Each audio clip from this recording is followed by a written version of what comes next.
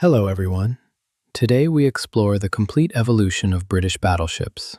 From the last pre-dreadnought designs to the final capital ships of the Second World War, these vessels defined naval supremacy for decades. Each class reflects a shift in doctrine, technology, and strategic thinking. Some dominated entire eras, while others became obsolete almost immediately. Together, they tell the story of how the Royal Navy maintained global influence through steel, firepower, and innovation. And now, the journey begins. At the start of the 20th century, the Royal Navy stood at the center of global maritime power. Battleships were its primary instrument of control, designed to enforce dominance across distant oceans. Early ships relied on mixed-caliber armament and heavy armor protection. However, rapid advances in propulsion and gunnery were reshaping naval warfare. The introduction of HMS Dreadnought in 1906 transformed every existing fleet overnight. From that point forward, naval competition accelerated into an intense arms race between great powers. The King Edward VII class entered service in the early 1900s as the final evolution of British pre-dreadnought battleships. These ships carried 4 12-inch main guns supported by a stronger secondary battery than earlier designs. 8 vessels were built, serving primarily in the Atlantic Fleet. Their role focused on line-of-battle engagements against contemporary armored warships. Although well-armed for their time, their mixed-caliber layout limited long-range effectiveness. Within a few years, they were overshadowed by a revolutionary new concept. Their era ended quickly. HMS Lord Nelson was introduced in 1908 as one of the most heavily armed pre-dreadnoughts ever built by Britain.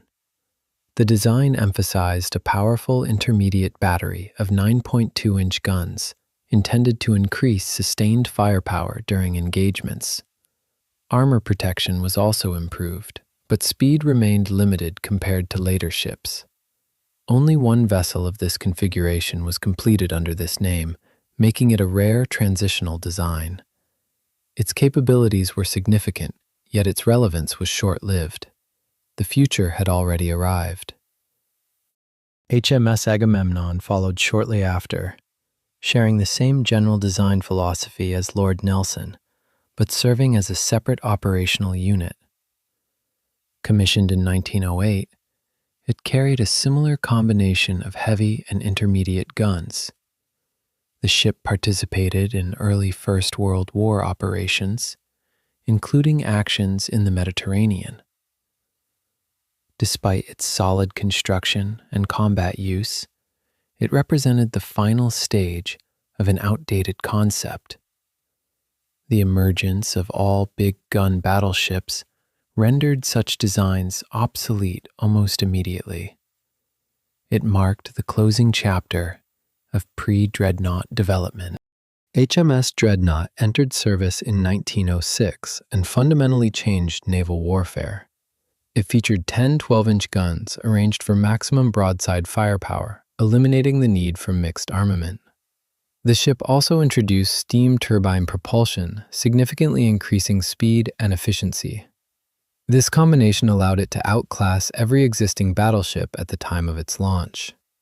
Its impact was immediate and global, forcing all naval powers to redesign their fleets. Dreadnought was not just a ship, it was a turning point. The Bellerophon class followed as the first generation of true dreadnought successors. Entering service in 1909, these ships retained the all-big-gun concept while improving armor layout and internal protection. 3 vessels were constructed, serving with the Grand Fleet during the First World War. They participated in major operations, including patrols in the North Sea. While their design changes were incremental, they refined the new standard established by Dreadnought.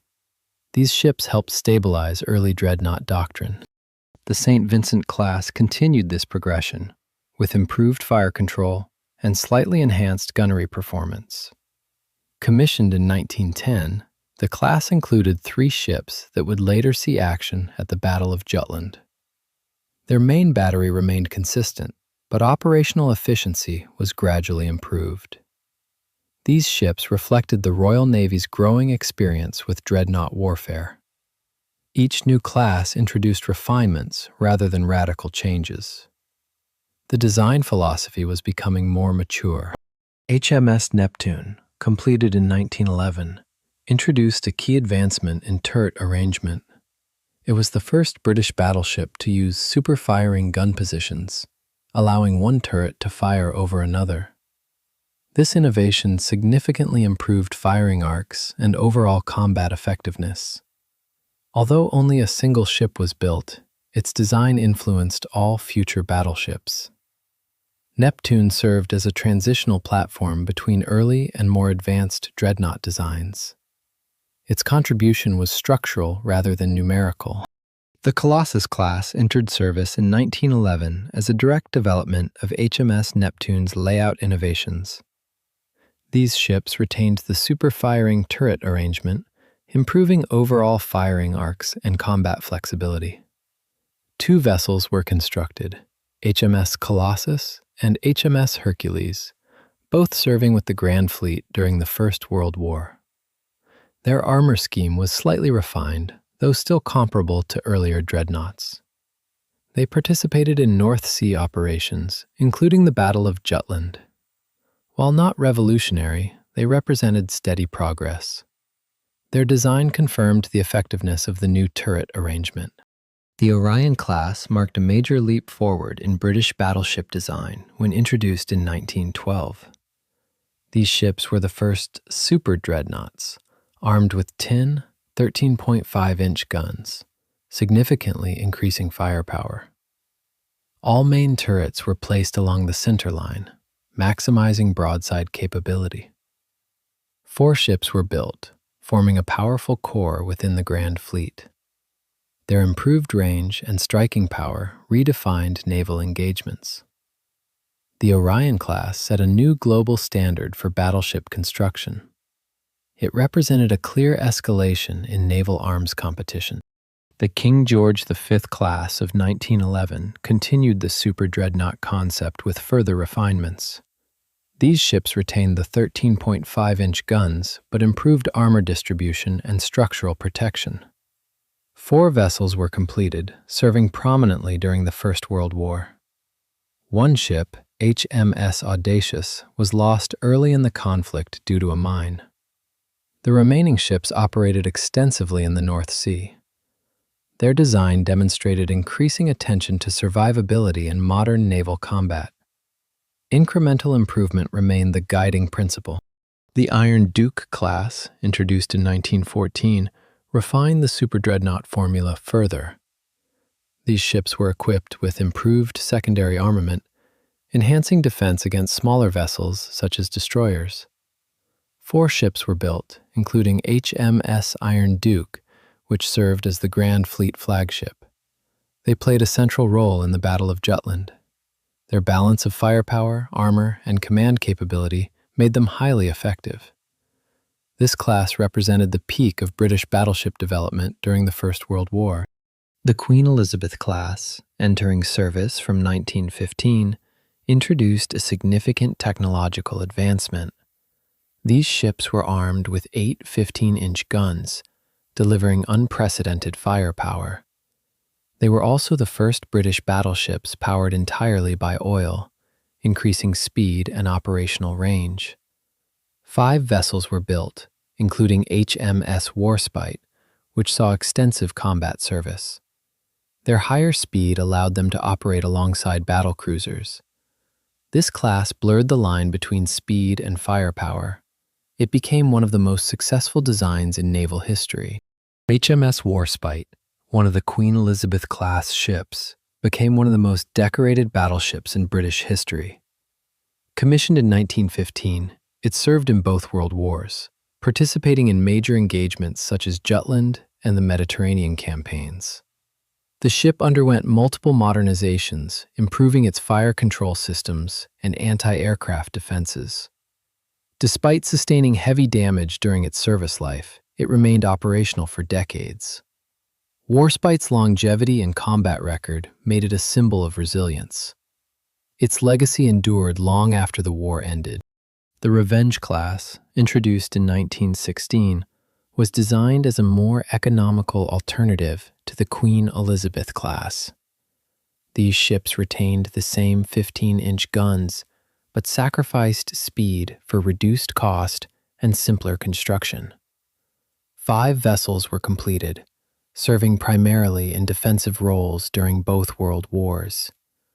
Their slower speed limited their operational flexibility, but they remained valuable as line-of-battle ships. The class reflected wartime production realities. Efficiency sometimes outweighed performance in large-scale naval planning. HMS Royal Oak was one of the 5 Revenge-class battleships and entered service in 1916. It served with the Grand Fleet during the later stages of the First World War. In the interwar period, it remained part of the Royal Navy's core battle line. However, its most significant moment came in 1939 when it was sunk at Scapa Flow by a German U-boat. The loss shocked the British public and exposed vulnerabilities in harbor defenses. Royal Oak became a symbol of early wartime danger. Its sinking had lasting strategic impact. The Nelson class represented a radical departure in British battleship design when introduced in 1927. These ships were built under the constraints of the Washington Naval Treaty, which limited displacement and armament. To maximize firepower, all 3 main turrets were placed forward of the superstructure. 2 ships were built, HMS Nelson and HMS Rodney. They carried 9 16-inch guns, making them among the most heavily armed British battleships. Their unusual layout reflected treaty-driven compromises. It was a bold but effective solution. HMS Rodney, commissioned in 1927, became one of the most famous ships of the Nelson class. Its most notable action occurred in 1941, during the hunt for the German battleship Bismarck. Rodney played a decisive role in the final engagement, delivering heavy gunfire that contributed to Bismarck's destruction. The ship's forward-focused armament allowed concentrated firepower during close-range combat. Despite its unconventional design, it proved highly effective in battle. Rodney demonstrated that innovation could succeed under strict limitations. The King George V class of 1939 marked Britain's return to modern battleship construction before the Second World War. These ships were designed within treaty limits, carrying 10 14-inch guns instead of larger calibers. 5 vessels were completed, forming the backbone of the Royal Navy's wartime battle fleet. They featured improved armor protection, advanced fire control systems, and enhanced anti-aircraft capabilities. Their balanced design allowed them to operate effectively in multiple roles. This class represented a modern approach to naval warfare. HMS Prince of Wales, one of the King George V class ships, entered service in 1941 under urgent wartime conditions. It was quickly deployed in major operations, including the hunt for Bismarck alongside HMS Hood. Later that year, it was sent to the Pacific, where it was sunk by Japanese aircraft off Malaya. Its loss demonstrated the growing threat of air power against battleships. Prince of Wales marked a turning point in naval warfare. The age of air dominance had begun. HMS Duke of York, another ship of the same class, played a critical role in the Battle of the North Cape in 1943. During this engagement, it successfully intercepted and helped destroy the German battlecruiser Scharnhorst. The ship's radar-directed gunnery allowed accurate targeting in harsh Arctic conditions. This demonstrated the increasing importance of electronic systems in naval combat. Duke of York's success highlighted the effectiveness of modernized battleship tactics. Technology was becoming as important as firepower. HMS Anson and HMS Howe, the final 2 ships of the King George V class, entered service later in the war. They were deployed in various roles, including convoy escort, fleet support, and operations in the Pacific. Their designs incorporated lessons learned from earlier wartime experiences, particularly in anti-aircraft defense. While they saw less direct combat compared to their sister ships, they remained essential components of the Royal Navy. Their service reflected the shifting priorities of late-war naval operations. HMS Vanguard entered service in 1946 as the last battleship ever built by the United Kingdom.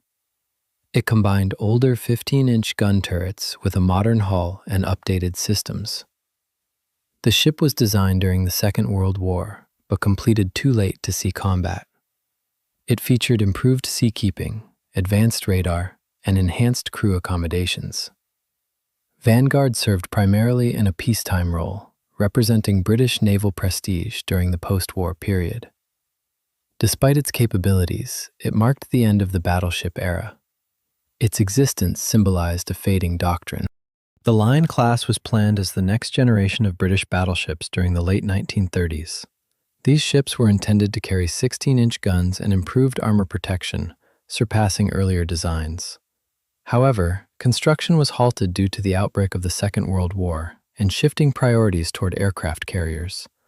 None of the ships were completed, but their design reflected Britain's intention to remain competitive in global naval power. The Lion class represented unrealized potential. It showed where battleship development might have gone. HMS Thunderer, part of the Orion class, exemplified the early super-dreadnought concept. Commissioned in 1912, it carried 10 13.5-inch guns and participated in the Battle of Jutland. Its performance reflected the strengths of centralized firepower and improved range. Thunderer operated as part of the Grand Fleet's main battle line, contributing to British naval dominance during the First World War. Although later overshadowed by more advanced designs, it played a crucial role in the transition to heavier armament. Its service reinforced evolving naval doctrine. HMS Monarch, another Orion-class battleship, entered service in 1912 and followed a similar operational path. It served in the Grand Fleet and participated in major wartime patrols. Monarch demonstrated the effectiveness of centerline turret arrangements and heavier guns. Like its sister ships, it represented a shift toward more standardized dreadnought design principles. While it did not achieve individual fame, its contribution was part of a broader transformation. Collective strength defined this generation of ships. HMS Conqueror, also from the Orion class, completed the group of early super-dreadnoughts that set new standards. Commissioned in 1912, it served throughout the First World War. Its design emphasized firepower concentration and improved range over earlier dreadnoughts. Conqueror operated within fleet formations, where coordination and positioning were critical. The ship's role highlighted the importance of tactical cohesion. Individual ships were powerful, but fleet integration determined outcomes. It reflected the evolving nature of naval warfare. HMS Centurion, part of the King George V class of 1911, had a unique operational history. After serving during the First World War, it was later converted into a target ship for testing purposes. During the Second World War, it was used in deception operations, including acting as a decoy. Its long service life demonstrated adaptability beyond traditional combat roles. Centurion showed how older battleships could still contribute in unconventional ways. Its story extended beyond frontline engagement. Strategic insight reveals that British battleship development followed a clear pattern of adaptation to both technological change and political constraints. Early designs focused on incremental improvements in armor and firepower. The introduction of HMS Dreadnought forced a complete redesign of naval strategy. Later, treaty limitations shaped innovative but constrained designs such as the Nelson class. During the Second World War, the rise of air power began to challenge the dominance of battleships. By the time HMS Vanguard entered service, the strategic landscape had already shifted.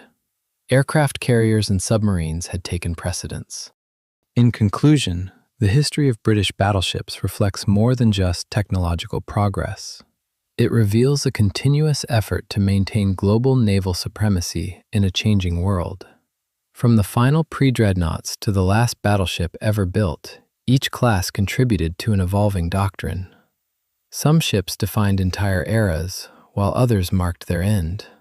Together, they form a complete narrative of rise, dominance, and transition. The legacy of these ships remains embedded in naval history long after their guns fell silent.